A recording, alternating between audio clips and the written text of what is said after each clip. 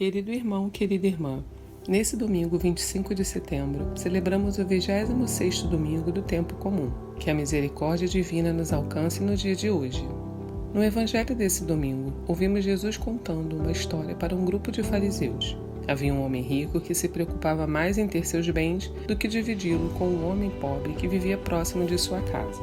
Quando ambos morreram, cada um recebeu a recompensa que lhes havia sido reservada. Esse homem rico teve Moisés e os profetas para lhe ensinar, e não aprendeu. Nós temos o próprio Cristo que ressuscitou por nós. Não percamos a chance de nos reconciliar com o Pai amoroso que nos aguarda no céu.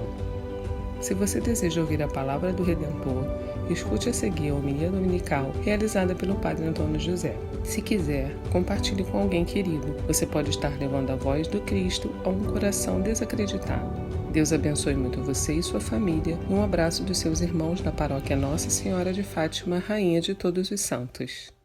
O Senhor esteja convosco.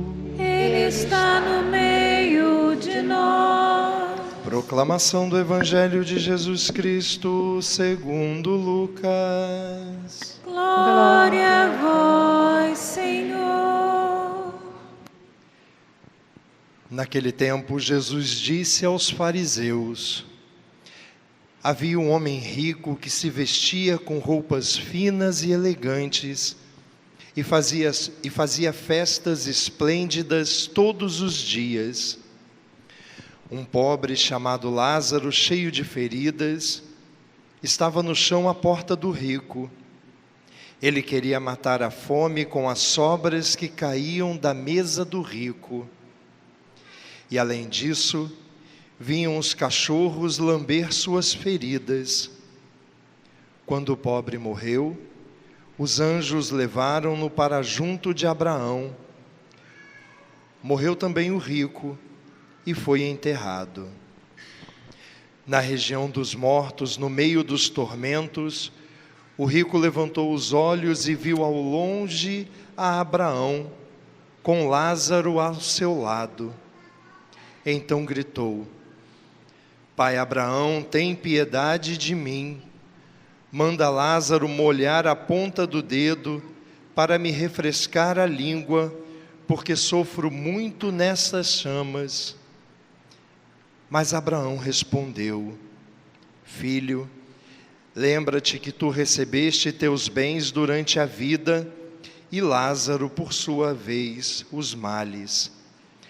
Agora, porém, ele encontra aqui consolo, e tu és atormentado. E além disso, há um grande abismo entre nós. Por mais que alguém desejasse, não poderia passar daqui para junto de vós, e nem os daí poderiam atravessar até nós. O rico insistiu: Pai, eu te suplico, manda Lázaro à casa do meu pai, porque eu tenho 5 irmãos. Manda preveni-los para que não venham também eles para este lugar de tormento. Mas Abraão respondeu: eles têm Moisés e os profetas, que os escutem. O rico insistiu: não, pai Abraão, mas se um dos mortos for até eles, certamente vão se converter. Mas Abraão lhe disse: se não escutam a Moisés, nem aos profetas, eles não acreditarão mesmo que alguém ressuscite dos mortos. Palavra da salvação. Glória a vós, Senhor. Irmãos queridos, mais uma vez a gente recebe de Deus esse presente de poder celebrar o dia do Senhor. E a cada domingo é como se o Espírito Santo tivesse a chance, que Ele sempre aproveita, de chegar um pouco mais fundo no coração da gente e talvez nos ajudar a melhorar um pouquinho mais, a perceber algumas coisas que aqui dentro talvez precisem da sua ajuda, talvez precisem de mudança. queria dividir com você 3 coisas que me chamaram bastante a atenção na liturgia da missa de hoje e que eu acho que podem ajudar a gente a viver essa semana que está começando um pouquinho melhor. A primeira coisa que me chamou a atenção foi a oração no início da missa de hoje. Uma oração linda, que fala do jeito como Deus, nosso Pai, nos trata você. Algumas pessoas talvez tenham uma maneira um pouquinho equivocada de imaginar Deus. Algumas pessoas imaginam talvez que no céu a gente tem um patrão muito zangado. Ou quem sabe a gente tem alguém que espera sempre o pior da gente para nos repreender, para nos castigar. Algumas pessoas talvez até chamem a Deus de Pai, mas imaginam a Ele como um Pai muito complicado, talvez como os pais que a gente conhece. Mas o nosso Pai do céu, Ele é muito melhor. E o jeito como Ele trata a gente, não é como um patrão, sempre cobrando uma tarefa que está faltando. Não é como um algoz, sempre pronto a castigar o último erro que foi cometido.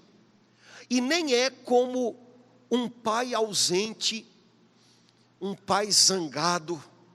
Nosso Pai do céu, seu Pai do céu, é muito melhor. Você pode confiar nele.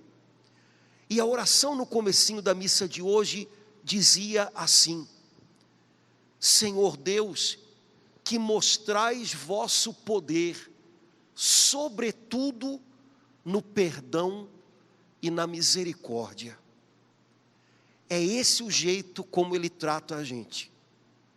Nós temos um Pai no céu, que quando quer nos mostrar o quanto Ele é capaz, o quanto Ele é poderoso, o quanto Ele pode fazer as coisas, Ele não mostra que é capaz, ou dizendo em português carioquês, Ele não mostra que está podendo, brigando, gritando com a gente e nos fazendo nos sentir mal. O nosso Pai do céu não mostra o seu poder castigando a gente, ou então mostrando para a gente quem manda aqui. Nosso Pai do céu mostra que é poderoso, dando para a gente mais uma chance e perdoando a gente. Porque quando Ele perdoa, a gente tem a oportunidade de recomeçar. E pode mais quem aproveita oportunidades, chances e até problemas para transformar tudo isso em recomeço. Deus mostra que pode mais, perdoando e dando uma nova chance. Até quando a gente coloca tudo a perder, até quando a gente coloca os pés pelas mãos e parece que por um instante acabou tudo, Ele mostra que pode mais do que a gente, nos perdoando e nos dando a chance de, junto dEle, começar de novo. É desse jeito que Ele nos trata. A gente pode ter errado em tudo até o dia de hoje. A gente pode ter feito as piores escolhas da vida da gente até o dia de hoje. Mas se hoje a gente volta para Ele com o coração quebrantado e dizendo: Pai, do meu jeito deu tudo errado. Pai, me perdoa porque eu fui buscar tão longe do Senhor o que eu tinha tão perto. Pai, eu estou de volta, me dá uma nova chance, eu preciso de você. Ainda que a gente tenha errado tudo, hoje, se a gente vem a Ele com o coração arrependido, Ele dá para a gente uma nova chance. E o amor dEle, que pode mais que todos os nossos erros, prevalece. E Ele transforma o amor dele em perdão e dá para a gente a oportunidade de recomeçar hoje, não amanhã, hoje. Irmãos, é assim que o nosso Pai do céu trata com a gente. Você não tem um patrão no céu, você não tem um algoz, um carrasco no céu, você não tem um pai ausente, nem um pai zangado, nem um pai que talvez desconte em você os aborrecimentos que ele próprio já viveu. Você tem no céu um pai muito melhor, um pai que mostra a você que ganhou de você perdoando. Sabe, eu acho que Deus deve ter um bom humor diferente, e quando Ele vê que a gente voltou, Ele deve pensar, pensou que eu ia deixar de amar você, né? Pensou que eu ia desistir de você. Desisto não, bem-vindo de volta. O meu amor ainda é capaz de muito mais do que todos os seus erros. Basta voltar. Sabe, mas eu acho que quando a gente descobre que é esse o jeito como Ele trata a gente acaba aprendendo com Ele a tentar fazer parecido, né? Então essa semana, começando hoje, você sabe que a semana não começa na segunda. Quebre a maldição da segunda-feira na sua vida, né? A semana não começa na segunda, a semana começa no domingo, que é o dia do Senhor. Então, nessa semana que começa hoje, a gente podia ter uma vida mais leve, menos complicada, se a gente aprendesse com Ele a também não querer ser patrão, nem ser algoz ou carrasco, e nem mostrar que a gente está podendo, porque tem a última palavra, e vocês vão ver assim, quem manda aqui nesse lugar. A gente podia aprender hoje com o nosso Pai do céu, que pode mais quem perdoa mais. Leva mais longe a vida quem perdoa mais. Porque cada vez que você perdoa, que você suporta a fraqueza de alguém, que você dá uma nova chance, você está dando a você próprio e a mais alguém um recomeço. Ah, mas não vai ser igual, mas é um recomeço. Não é para ser igual, é para ser novo. Mas eu sei que sempre tem um mais. A gente é assim. Mas olha, quem perdoa mais, chega mais longe. Leva a sua família mais longe. Leva a sua vida mais longe. Às vezes a gente acha que tem necessidade de mostrar que está no controle, que está podendo, e a gente acaba fazendo isso da pior maneira. A gente grita com as pessoas que a gente queria trazer para perto da gente, imagina, ninguém fica, né? A gente acaba castigando de mil maneiras, né?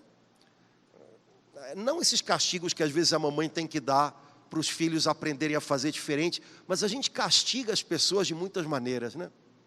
A gente castiga com o silêncio da gente. Eu sei que nenhum de vocês faz isso, mas eu ouço falar de casais que às vezes quando tem uma briga, um dos dois resolve dizer assim, eu vou dar um gelo. E na verdade isso tem um nome um pouco mais adequado, é desprezo. Então eu finjo que essa pessoa não existe, eu dou para ela a impressão de que para mim ela é invisível, e a gente acha que isso é um castigo. Isso é um castigo para todo mundo, inclusive para você. Não é legal. Cada vez vai se cortando mais cordas nesse relacionamento, não é por aí. Você quer mostrar que está podendo? Perdoa. Você quer mostrar que está podendo? Traz para perto. Dá uma nova chance. Quem sabe, se a gente começar a tratar as pessoas ao nosso lado como Ele trata a gente. Mas aí, padre, eu vou dar uma de bobo. Não. Você conhece as pessoas, você sabe que a vida é desse jeito. A vida é uma valsa. Olha aqui, não me coloquem isso na internet, depois escrevam embaixo, Padre Antônio José, porque isso é de uma cafonice fora do normal, né? Mas a vida é uma valsa. 2 para lá, 1 para cá, não é assim? A gente dá chance, volta um pouquinho. A gente acerta, daqui a pouco a gente dá uma erradinha, mas vamos embora. É assim, gente, e a gente precisa aprender a fazer isso. Não é ser bobo, é saber o que está fazendo.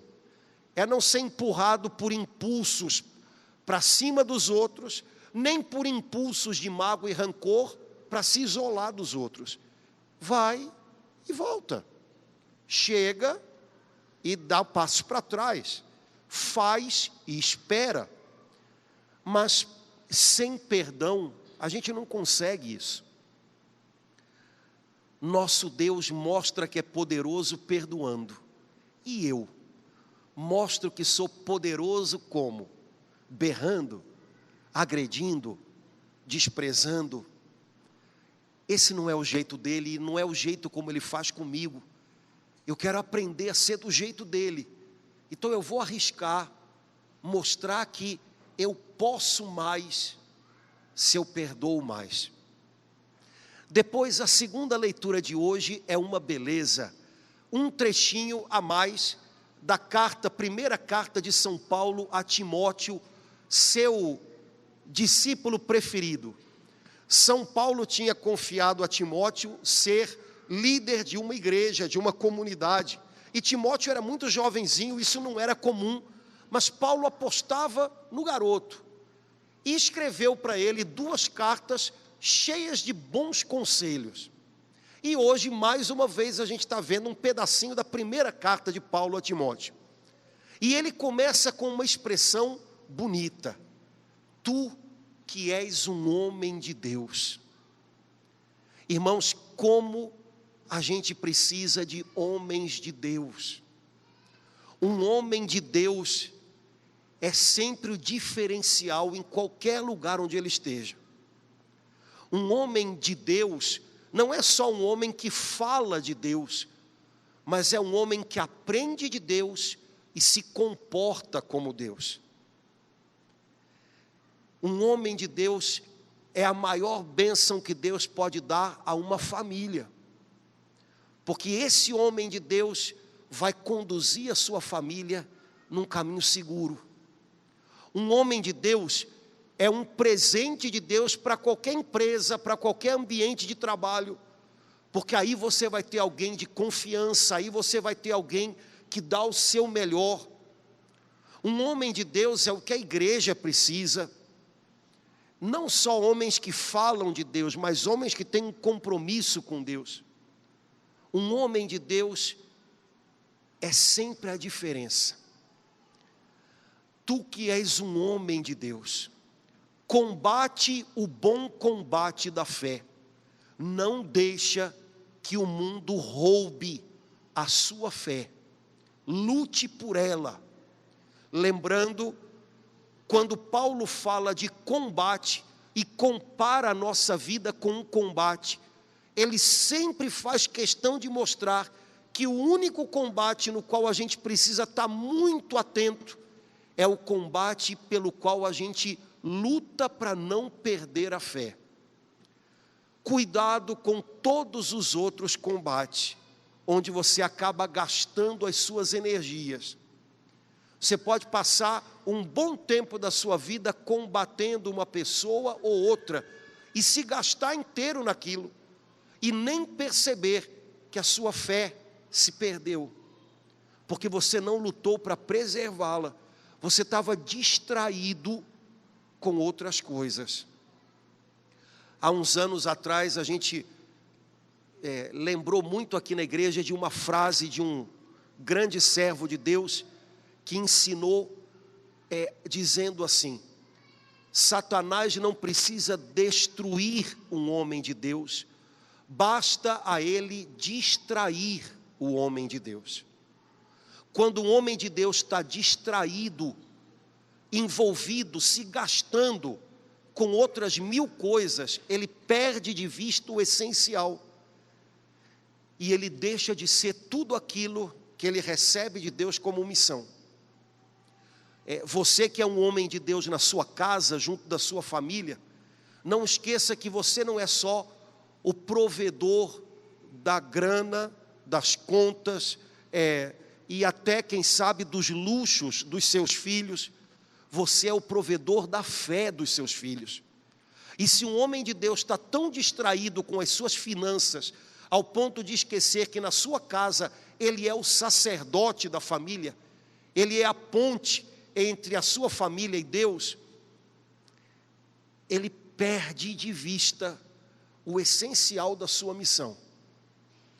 Tu que és um homem de Deus, combate o bom combate, guarda íntegro o mandato que o Senhor te confiou. Semana que vem a gente vai ter eleições para renovar mandatos políticos, mas não são só políticos que recebem mandatos, todos nós recebemos. Um dia o nosso Pai Celestial colocou nas suas mãos uma missão, e Ele deu a você um mandato. Você tem a minha autoridade, o meu Espírito Santo, para realizar essa missão. Eu não vou faltar a você. É uma missão árdua, é uma missão difícil, mas eu te dou autoridade, cumpre ela de maneira íntegra. E aí, você recebeu de Deus um chamado e ao mesmo tempo uma tarefa, e deve estar atento a ela, viu? A gente recebe muitas ao longo da vida, e a ordem do Senhor é: guarda íntegro o mandato que eu te confiei. Não, íntegro quer dizer inteiro, não deixa se quebrar o que eu te dei. Se você é um homem de Deus, chefe de uma família, no dia do seu casamento, aqui diante do altar, você recebeu do Senhor esse mandato: cuida deles. Se você recebeu de Deus a graça de ter um trabalho nesse momento, um mandato. Se você está cuidando de alguém que está precisando de você, um mandato de Deus. E você pode lembrar de muitas outras coisas que você percebe são uma missão que Deus confiou a você. Cuida disso. Cuida da missão que Deus te deu. Muita coisa na nossa vida se perde por falta de cuidado. E daqui a pouco as coisas se partem ao meio. Às vezes o que um casamento precisa não é de uma novidade muito. De vez em quando tem alguém na internet ou na TV, né? Não, você tem que ter uma novidade. Vai. Dá para ter novidade? Não, mas você pode ter cuidado com ele. Cuide do seu casamento. Cuide do seu relacionamento com os seus filhos. Antes que você pisque os olhos e tenha a impressão de que você perdeu o coração deles. Cuide do seu trabalho. Não viva a vida de qualquer jeito. Não faça as coisas de qualquer jeito. Cuide da sua vida com Deus, da sua fé, do seu serviço como cristão. Cuide disso. É o seu mandato e ele tem que permanecer íntegro, inteiro. Cuidado com o que você recebeu das mãos de Deus. E aí o apóstolo Paulo diz para o nosso amigo jovem Timóteo: Timóteo, foge das coisas perversas. Coisas perversas a gente não pode mantê-las perto da gente, porque nenhum de nós é de pedra e a gente pode acabar sendo envolvido por elas. Fuja das coisas perversas. Irmãos, boa tática que todo cristão deve lembrar, né? Eu não posso confiar em mim. Nos outros é uma escolha que você faz. E você sabe até certo ponto, até aqui, até tudo bem. Mas se você é cristão, vai na minha. Confia em você não. Não, isso aqui não me atinge. Não, isso daí não me confunde. Não, isso daí não mexe comigo. Não acredite nisso. Porque isso não é verdade. Se nós nos expomos às coisas perversas e não fugimos delas, elas vão minando a nossa mente. Se você se expõe todos os dias a uma história de adultério, e daqui a pouco você está torcendo para o adúltero, Isso foi o que a gente viu durante os últimos 40 anos na TV brasileira. O seu senso de fidelidade começa a ficar muito corroído. Não seja tolo ao ponto de confiar em você próprio. Que o mundo ofereça coisas perversas não deve nos assustar muito, ele está fazendo a parte dele. Que um cristão não fuja delas é o que preocupa. Fuja, Timóteo, das coisas perversas. Se você se expõe a tudo na internet, se você se expõe a tudo nas suas conversas, em algum momento, aquilo que você consome como alimento para a sua mente, vai produzir pensamentos, palavras, atitudes perversas. E não entre naquela de eu jamais farei. Gente, a essa altura do campeonato, tirando o pessoal que tem 15 anos para baixo, a gente que já passou dos 20, a gente sabe que não dá para, né, acreditar nisso. Eu jamais faria isso. Anota, é aí mesmo que tu vai. Eu jamais faria isso. Não seja tolo. A gente é capaz de pior. A gente é capaz de cair ali onde alguém caiu e machucou a gente. A gente é capaz de repetir histórias, a gente é gente. Portanto, a gente tem que estar atento, sabe? E falta de autoconhecimento é uma falta grave. Porque se a gente não se conhece, a gente não vigia, a gente não reconhece limites, a gente não fica, sabe, atrás da faixa amarela, sabe, na plataforma do trem, né? Fica atrás da faixa amarela. Pois é, aqui também tem uma, viu? Fica atrás da faixa amarela, não vai, não fica querendo ver até onde vai isso, né? Foge das coisas perversas. E depois o apóstolo diz, procura a justiça, a piedade, a fé, o amor, só coisa boa, procura, corre atrás disso, cara. Onde você souber que tem um ambiente de fé, vem ter aqui, cara. Se você tem um momento ali de amor gostoso na sua casa, curte aquilo, dá valor àquilo, vive aquilo.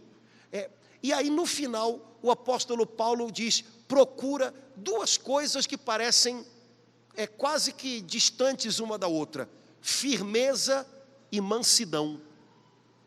Procura, Timóteo, ter firmeza e mansidão. E alguém poderia pensar, poxa, mas firmeza e mansidão parecem duas coisas que estão longe uma da outra. Exato. A tendência nossa é não ter muito equilíbrio. E aí a gente passa de um extremo para o outro. Mas o Espírito Santo, que é Deus vivendo em nós, o Espírito Santo é espírito de equilíbrio. Então ele junta aquilo que é preciso para que uma coisa contrabalance e fecunde a outra. Firmeza e mansidão são duas coisas que parecem opostas, mas que têm que trabalhar juntas. Quando duas coisas que parecem opostas, mas trabalham juntas dentro da gente, estão funcionando, isso a gente chama de equilíbrio. Firmeza e mansidão. Eu e você, por nossa natureza carnal, não somos chegados num equilíbrio, nós somos chegados num desequilíbrio. Que eu digo pós-pandemia, que está todo mundo muito louco, todo mundo, né, na melhor das hipóteses, com Rivotril nas ideias, né? Porque a gente é chegado num desequilíbrio, um relacionamento desequilibrado, um grande amor, que daqui a pouco vira um grande ódio, novela mexicana, né? A gente é chegado num desequilíbrio, né? Estou vindo à igreja, pedindo a Deus para Ele me ajudar, e o Senhor me ajuda, eu preciso de um trabalho, depois eu preciso de uma coisa, e depois que Ele me ajuda, eu me meto no trabalho, não tem mais nem tempo de vir na igreja. É engraçado, vai ver que é por isso, hein? Que Ele está segurando, hein? Se ajeita primeiro. Firmeza e mansidão, equilíbrio. Firmeza sem mansidão vira dureza. E a gente corre o risco de acabar afastando quem a gente queria alcançar. Mansidão sem firmeza é bananice. E a gente acaba tendo medo, a gente cultiva uma timidez, até quando é preciso pontuar coisas com clareza. Saber manter firmeza e mansidão juntas é um grande segredo. E o Espírito de Deus ajuda a gente nisso. Eu fico imaginando, Paulo falou para Timóteo como um homem de Deus, o quanto os pais de família precisam desse negócio de equilíbrio entre firmeza e mansidão.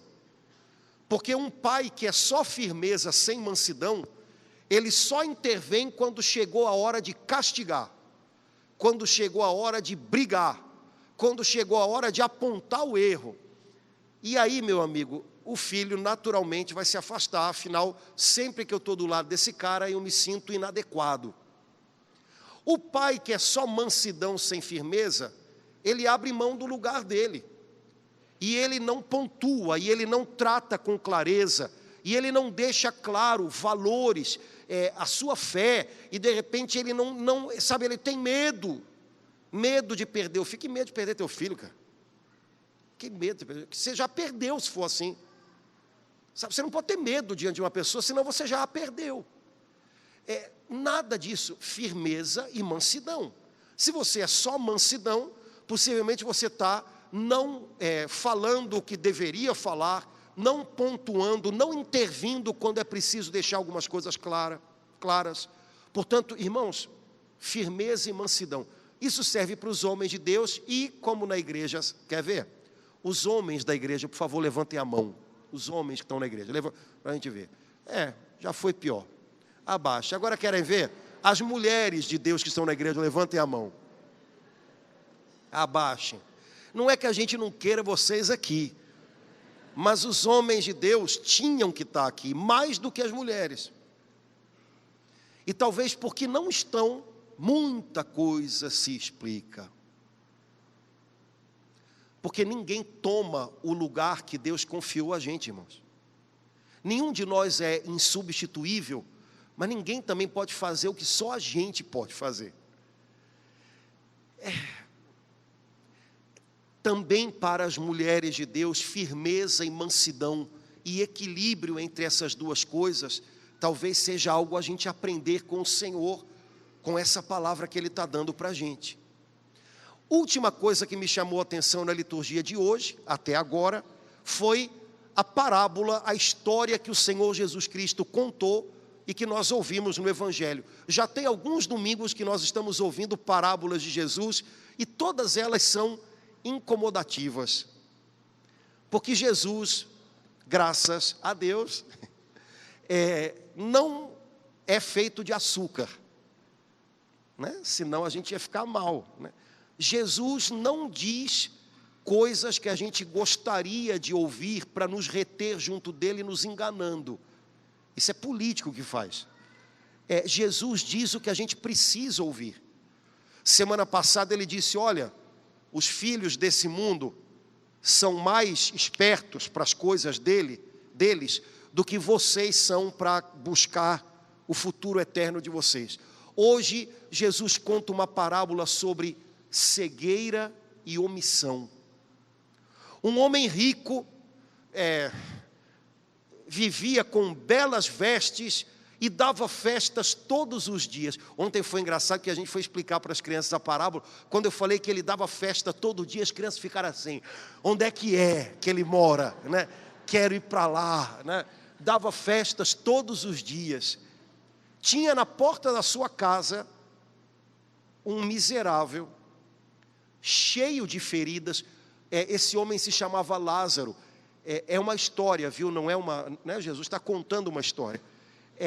Esse homem não tinha uma ferida escondida por debaixo da roupa. Ele estava cheio de feridas. Não vê-lo só tinha uma explicação: não querer vê-lo. E esse homem estava faminto. Você já imaginou você doente com fome?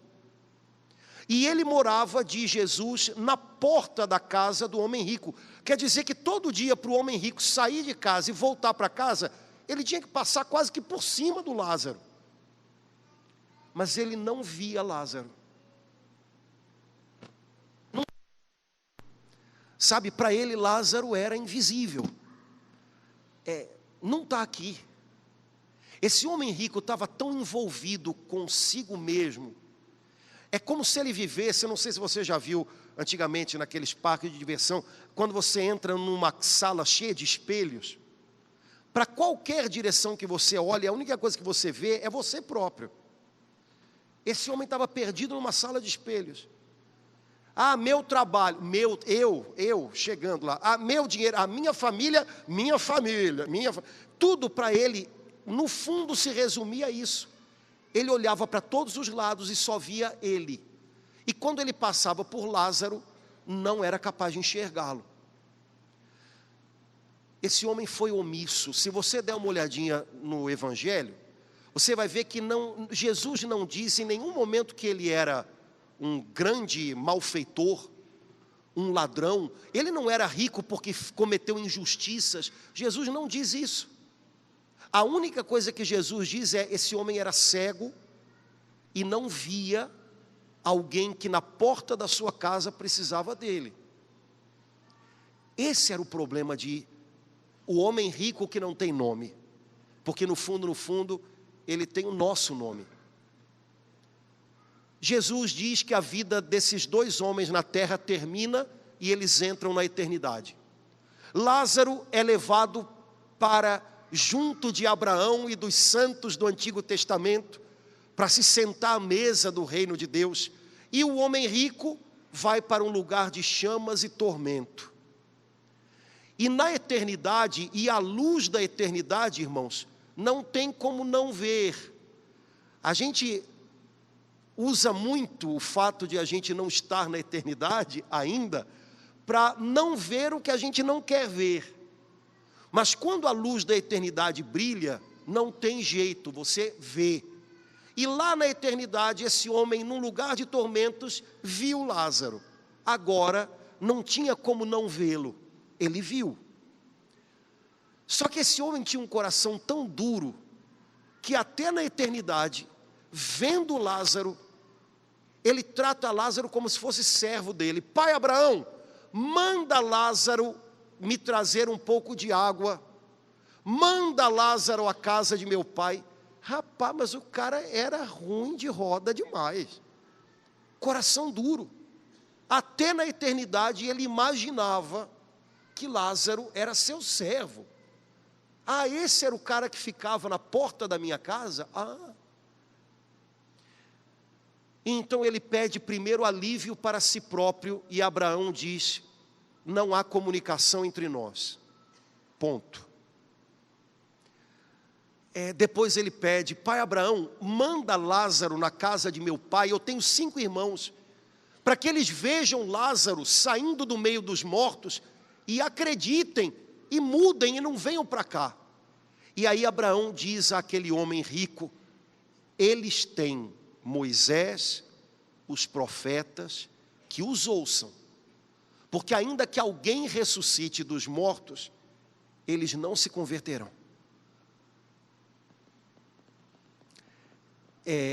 Irmãos, hoje, se o pai Abraão pudesse falar para a gente, a palavra dele seria ainda mais dura, viu?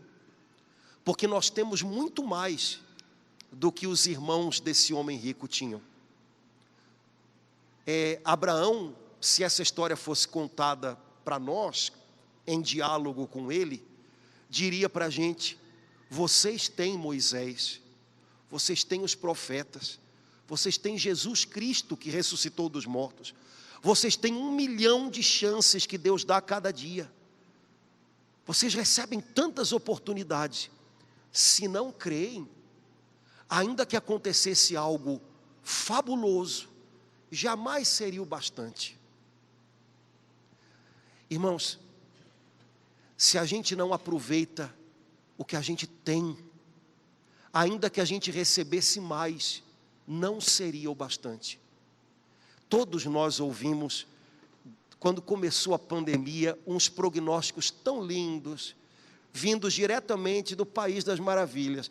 Você deve ter ouvido alguém dizer assim: olha, vocês vão ver quando terminar essa pandemia, as pessoas vão estar muito melhores. Já você ouviu isso? Vão estar mais maduros. Eu estou vendo as pessoas muito mais doidas, mas assim, melhores eu acho que não é muito a palavra. O negócio continua esquisito. Depois da pandemia. Porque o que torna a gente melhor, gente, não é uma pandemia, não é a história da humanidade é cheia disso. O que torna a gente melhor é que o Filho de Deus veio até nós para nos dar um recomeço. O Filho de Deus veio até nós para ensinar a gente que a gente tem uma vida que começa na terra e que dura para sempre. Ele veio até nós para dar a vida dele por nós, para que a gente se sinta amado, para que a gente se sinta livre e possa fazer diferente, e não ser escravo das histórias que a gente já viveu, já escreveu. Se a gente não aproveita as oportunidades que a gente tem hoje, pode acontecer o que for, nada vai ser o bastante. A gente sempre vai deixar um pouquinho para depois, sabe? Porque afinal de contas, a gente sempre quer mudanças, mas normalmente a gente não quer mudar. Então a gente espera que, um dia, quem sabe, um dia, e nessa brincadeira eu tenho certeza que há muitos aqui de nós, deixa eu até olhar para cima para ninguém dizer, o pai está falando comigo, né?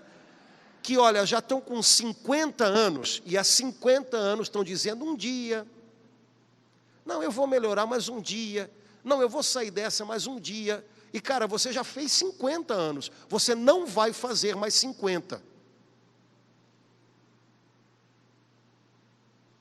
Portanto, não é para daqui a 50 anos, é hoje. Eu e você temos uma chance imperdível e irrepetível chamada hoje. Enquanto a gente não entende isso, a gente é consumido pela ansiedade, mas a gente não se move do lugar. O ansioso, ele tem a impressão de que ele está indo bem, porque a cabeça dele está pensando a 1000 por hora. Mas no fundo o ansioso, apesar de estar com a mente acelerada, não sai do lugar. Porque ele não toma atitudes, ele não começa, ele está sempre pensando já já. E o nosso mundo está craque em gerar pessoas ansiosas. O Evangelho de Jesus gera pessoas que vivem o hoje. E o único dia em que a gente pode encontrar a Deus é nesse dia chamado hoje. No que já passou, pede perdão, recomeça, vai em frente. No que ainda vem, você não tem nas mãos isso. Deus não trabalha com fantasias, Deus trabalha com o mundo real. Você tem hoje. E nesse dia, você não pode desperdiçar a chance que você tem para viver algo melhor, para ter algo com Ele que vai transformando, fecundando a sua vida.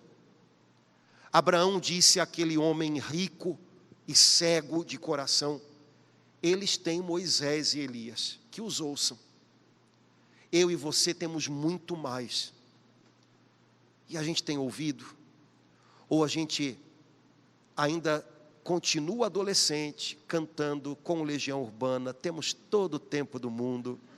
Pessoal que é da minha época, 47, você foi adolescente, né? Temos todo o tempo, temos não. Mas não temos mesmo. A gente tem hoje, e a gente tem que fazer esse dia valer a pena, não metendo o pé na jaca, fugindo de coisas perversas, que pervertem o coração da gente, e se lançando e buscando coisas que nos fazem ter um coração mais semelhante ao coração de Deus, um coração equilibrado, que se torna bênção para todo mundo que está em volta. Irmãos queridos, que a gente possa começar a nossa semana diferente. Mostre que você está podendo, perdoando. Seja um homem de Deus, uma mulher de Deus, que tem equilíbrio de firmeza e mansidão. Um equilíbrio que a gente só encontra quando a gente tem comunhão com Deus. Não seja cego para os Lázaros que Deus colocar na sua vida a cada dia. Alguns deles talvez não estejam nem do lado de fora da sua casa, talvez estejam dentro. Mas cuidado para não viver perdido num jogo de espelhos, que para onde você olha, só vê eu. Isso é ilusão. Omissão pode ser um grande problema. Deus não quer, e Ele sabe que a gente não pode. Deus não quer que a gente resolva os problemas de todo mundo no mundo inteiro. Mas Deus conta que a gente vai ser capaz de aliviar um pouco o sofrimento de alguém que talvez esteja muito perto da gente. Omissão não é deixar de fazer todo o bem do mundo, que a gente não é capaz. Omissão é deixar de fazer o bem que hoje a gente pode fazer. Está aqui diante da gente, mas a gente se recusa a enxergar. O pecado do homem da parábola contada por Jesus não era assassinato nem roubo. Era cegueira para o sofrimento de quem estava perto. Nunca, nem brincando, diga: eu no fundo eu sou uma pessoa boa, eu não mato, eu não roubo. Nunca diga isso, nem brincando. Se você sentar do meu lado, em 5 minutos eu mostro que você é uma pessoa péssima. Só escarafunchar um pouquinho, porque todos nós somos, né? Nós por nós mesmos não somos do bem, e para com essa baboseira. Eu sou do bem, é nada, não é não. A gente não é não, tá? Porque normalmente quem pensa que é do bem, imagina que o outro é do mal. Então pronto, você já errou, já furou, já não é nada do bem. Você já está taxando os outros, né? Não entra nessa. Eu não mato, eu não roubo. Sim, uma samambaia também não mata e não rouba. Só que uma samambaia não vai nem para o céu nem para o inferno. A gente pode ir para um ou para outro. E esse homem da parábola de Jesus, me parece que o grande erro dele não foi nem matar nem roubar. Foi deixar de fazer o bem, cego para quem estava do seu lado.